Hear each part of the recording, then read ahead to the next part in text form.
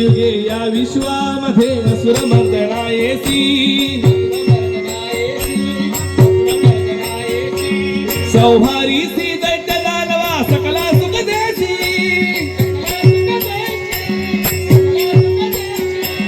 सौभारीसी दैत्य दानवा सकला सुख देसी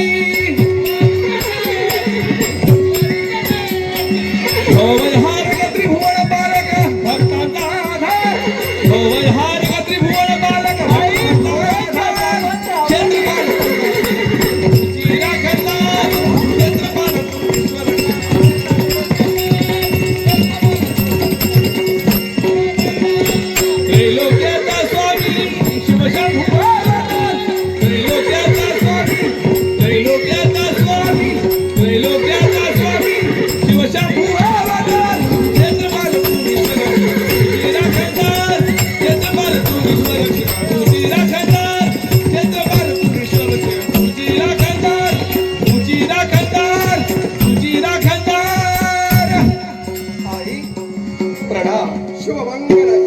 आई कोण आहे दैवी तेज आणि या दैवी तेजाला नारदाचा साधरणीय प्रणाम साधरणीय प्रणाम साधरणीय प्रणाम आहे मंगलमय आशीर्वाद। आई एकाएकी हाक देण्याचं कारण याच्यामुळे शिकारण देव ऋषी नारद मुनी म्हणजे याच्या पूर्वी त्याला मी शब्द दिला होता कलियुगात भक्तांचं रक्षण करणारा राखणदार आहे आणि तो राखणदार आज त्यांची पाण्याची इच्छा आहे।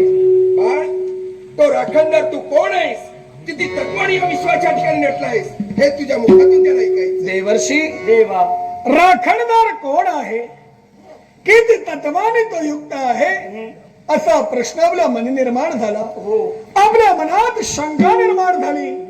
आपल्या शंकेत निरसन या क्षणी मी करतोय। ऐकूया एक नव्हे दोन नव्हे तर अशा 5 तत्वाने युक्त राखणदार आहे। देवा 5 तत्व हा ती कोणती? पहिलं तत्व रज तत्वाने तम ब्रह्मा विष्णू आणि महेश यांचं मिळून एक तत्व। एक तत्व देवर्षी अखिल विश्वात सर्वात तेजस्वी कोण? सूर्यनारायण।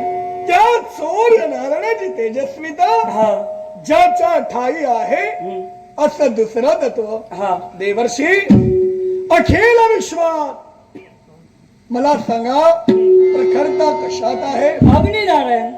मग त्यात अग्निनारायणाची प्रखरता ज्यात आहे असं तिसरं तत्व। हा अखिल विश्वात महापराक्रमी म्हणून कोण गणला गेला? भगवान परशुराम। मग त्यात परशुरामांचे पराक्रम ज्याच्या ठाई आहेत असं चौथं तत्व। चौथं अरे अखिल विश्वात महाक्रोधिष्ठ म्हणून कोण गणला गेला? जमदग्नी। त्यात जमदग्नीचा क्रोध ज्याच्या रोम रोमात आहे असं 5वं तत्व।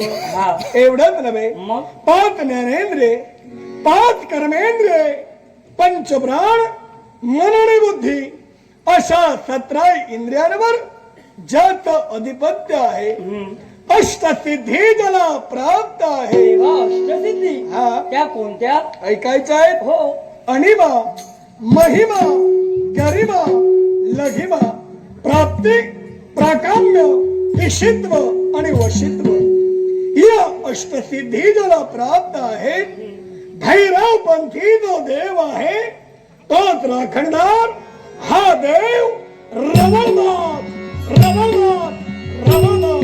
देवा रवनथा करीतो तुझ प्रार्थना देवा रवनथा देवा रवनथा करीतो तुझ प्रार्थना आशिष देऊन भक्तजनांना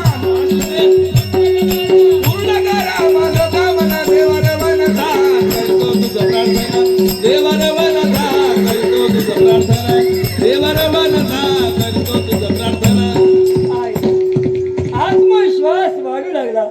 पंचतत्वाने नटलेला माझा देव रवनाथ सर्व भक्तांचं रक्षण सदैव करण्यासाठी तत्पर आहे। झालं का शंकेचं निरसन? हो देवा। यावेळी तुझा कर्तव्य तुला हाक देते। हा या कलियुगात आसुरी शक्तीला देवाण घातलंय आणि भक्तांचं रक्षण करणं या कलियुगात तुझं सर्वप्रथम कर्तव्य आहे। आई भक्त रक्षणाची वृद्धावली देव देवतांनी स्वतःच्या कंठी धारण केली। भक्तांचं रक्षण करणं आम्हा देव देवतांचा आद्य धर्म आहे. अर्थात पण नियतीचा न्याय आणि काळाचा कायदा विश्वाच्या ठाई कुणी करू शकत नाही. जे नियतीला मान्य आहे कुणी अमान्य करू शकणार नाही. पापाचा घडा भरल्याशिवाय तो फोडण्याचा अधिकार आम्हा देव देवतांना कदापि नाही. अपराधी व्यक्ती कोण आहे त्या व्यक्तीचा शोध घेऊन योग्य ते शासन करेन. माझा शब्द तुला आहे. शिवमंडळ चतुर्भुज ही तुझीच मूर्ती मनोभावे तुझी सेवा करते मनोभावे तुझी सेवा त्रिशूळ डमरू घेऊन हाती भक्त